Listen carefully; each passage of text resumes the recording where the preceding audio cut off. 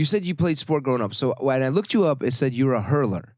And I told John, we have an Irish hurler coming in today. Aren't you excited? He's like, so he throws up? That's what he does? And I'm like, oh, shit. That's what we do post-game. Yeah. After a few I'm like, jars. that's right. Probably no, very few Americans have probably... Do you ever meet people who say, oh, I know hurling?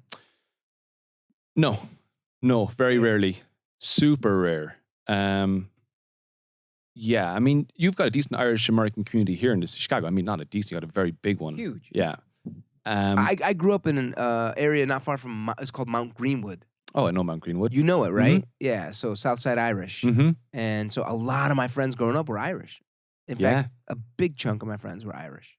Yeah. Mount Greenwood, I mean, the South Side it blows your mind. And even today, a lot of actual Irish people have settled in Mount Greenwood. Yes. Or you mean Park. people, immigrants, Irish immigrants? Mm-hmm. They'll go to Mount Greenwood? Yeah, I think so. In that general area, maybe they've moved a little bit further west into Oak Lawn. That's where I grew up, Oak Lawn. Hickory Hills seems to be... You know that area? Well, that's where I first moved when I came out. No shit. Okay. So, actually, hurling is part of the reason why I'm out here. We do have teams in the city. In Chicago? In Chicago. Hurling happens in Chicago? Hurling happens all over the United States. And Chicago, up until maybe 2 or 3 years ago, had a decent hub where we had 3 teams, and previously there were 4 teams. So it's all organized by Irish immigrants who've come over. They want to keep the sport going, and basically in the summer they create a league, and the people who live here join the league, and then to make enough numbers for a full team to be able to, field the team on the pitch, we invite college students over. So you see a big influx of Irish college students in the summer in Chicago, and a number of them will come out to play sport, to play hurling or Gaelic football as a second sport. Gaelic football, different sport, second sport. Yeah. But hurling, you were a hurler in Ireland, and you played some here as well. Mm-hmm. And what you were telling me earlier is it's like a cross between field hockey and what? Lacrosse. Mm-hmm. So I'm picturing lacrosse. They're holding the sticks up, Mm-hmm. and they got the ball in there, and they're trying to get it into a goal, right? Whipping the stick, using their wrists, all that stuff. And field hockey is just the stick, but down on the ground, trying to get it in a goal. Yep. So, what is hurling when I think about those two things? So, yes, not the perfect comparison, but basically, you have a stick. In hurling, we have a stick that's more similar to the field hockey stick. So it's like a long stick, and at the very bottom of it is kind of a wider paddle. And that's the area you strike the ball. Okay. So you... And it's a ball. It's not a puck. It's a ball. No, right? it's a ball. It's a ball similar size to a baseball, not as hard as a baseball, because we catch it. So with your bare hands. With your bare hands. So we strike the ball on the ground, just like field hockey. But then when the ball comes into the air, you get to take it down with your hand or with the stick. So you control it on the stick, which is how it almost resembles lacrosse. Wait a minute. Is the stick built or structured, designed in a way where it can cup the ball? No. It just has to balance on there? Yes, that's part of it. But when the ball comes at you, you basically have to manage the momentum of the ball so that you kill it on the spot. So that it hits the paddle, stops, and then you catch it. And then when you want to move forward with the ball, you must balance it on the stick while you're running. That's kind of cool. So you're kind of moving like when lacrosse, when they're, whatever they do, they wiggle the net. We balance it on our stick. I got it. All right, cool. Because you can't run with the ball in your hand. You cannot. Yeah. You can take 3 steps and then it must be on the stick. Got it. Or released. All right. Okay, so now I'm getting hurling. I get it. Now, is there fighting? Is there tackling? Is any of that permissible like rugby or football? Or hockey? It's contact. It's not like hockey where if 2 people drop their sticks and go, glove to glove.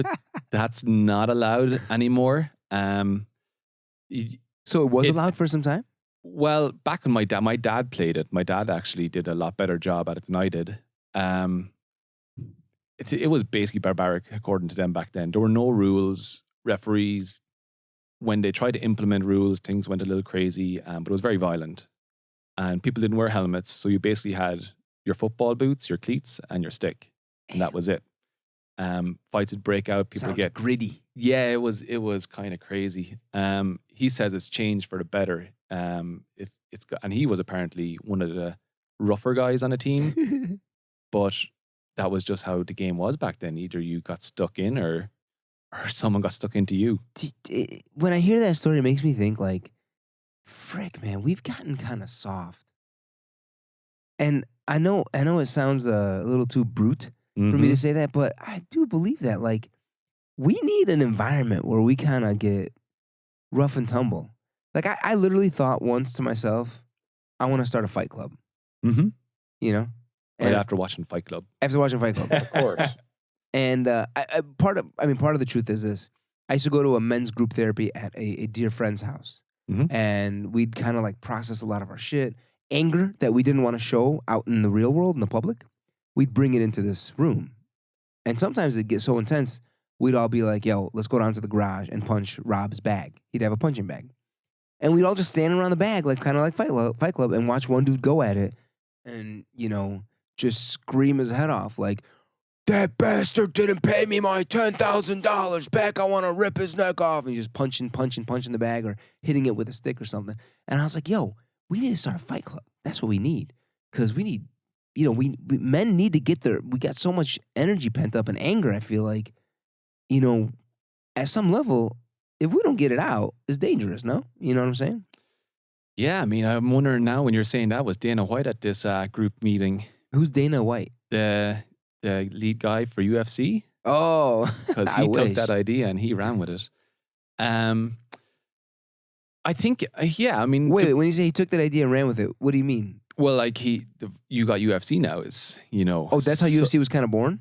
I'm not sure about the details, but definitely he's turning that into a real business. I mean, it's killing boxing, which when I grew up, boxing was the number one fighting sport. That's exactly right. Plus, people like Joe Rogan, who've become big on UFC, have made UFC so big. Yeah, you know? Absolutely. But people do need to, I mean... Do you have an outlet yourself right now, would you say? Do I? I hate to say it, but it's those, it's not as, you know, appealing to the masculinity side of me, but it comes into, you know, simple things like exercise, meditation. It sounds... The exercise for me, I try and like hit the weights and do some push-ups and let it out, you know? Yeah. I mean, I wouldn't step into a ring. I mean, I step onto a field, and when it gets aggressive on the field, you get aggressive back, and you do start a fight. You might sometimes, oddly, well, it depends on who you are and what team you're playing, but fists might start swinging. Full-out brawls don't break out like they used to. People will more break up the fight, right? People break up the fight, yeah. You get punished very harshly for it nowadays, so it's really not in the interest of the team to do that. So I wouldn't step into a boxing ring. I don't have the skill for it, first off, so I get battered. I wouldn't step into a UFC ring for sure.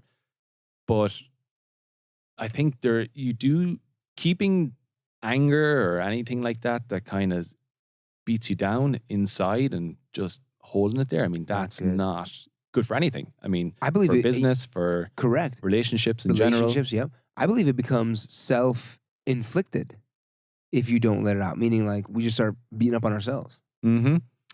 Yeah, I mean, when you have that energy inside you and all of a sudden your minds get chattering, I mean, your mind doesn't start whispering you sweet nothings.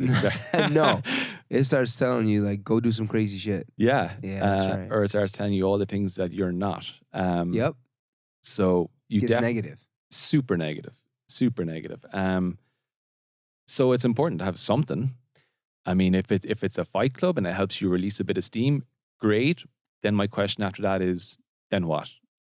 Do you go down that cycle and repeat it where you know, that person that still owes you $10,000 and you've done nothing to address the issue. Right. That's and you go back down to the punching bag and you're like, that motherfucker.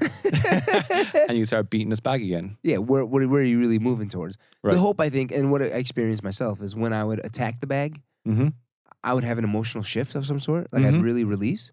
And suddenly, because I had an emotional shift, let's call it an emotional experience, emotional shift, suddenly I had a different perspective. Wait a minute, I need to do X. I need to do this. I need to pursue this through legal means or whatever, you know? Yeah, and I mean that makes sense, right? So you offload that blockage, so to Yes. speak. I mean the negativity can be blocking you. You're so caught up and fused with this anger or this idea, and then you begin to release the steam a little bit, and you have a little sense of space to, I don't know, shift your perspective.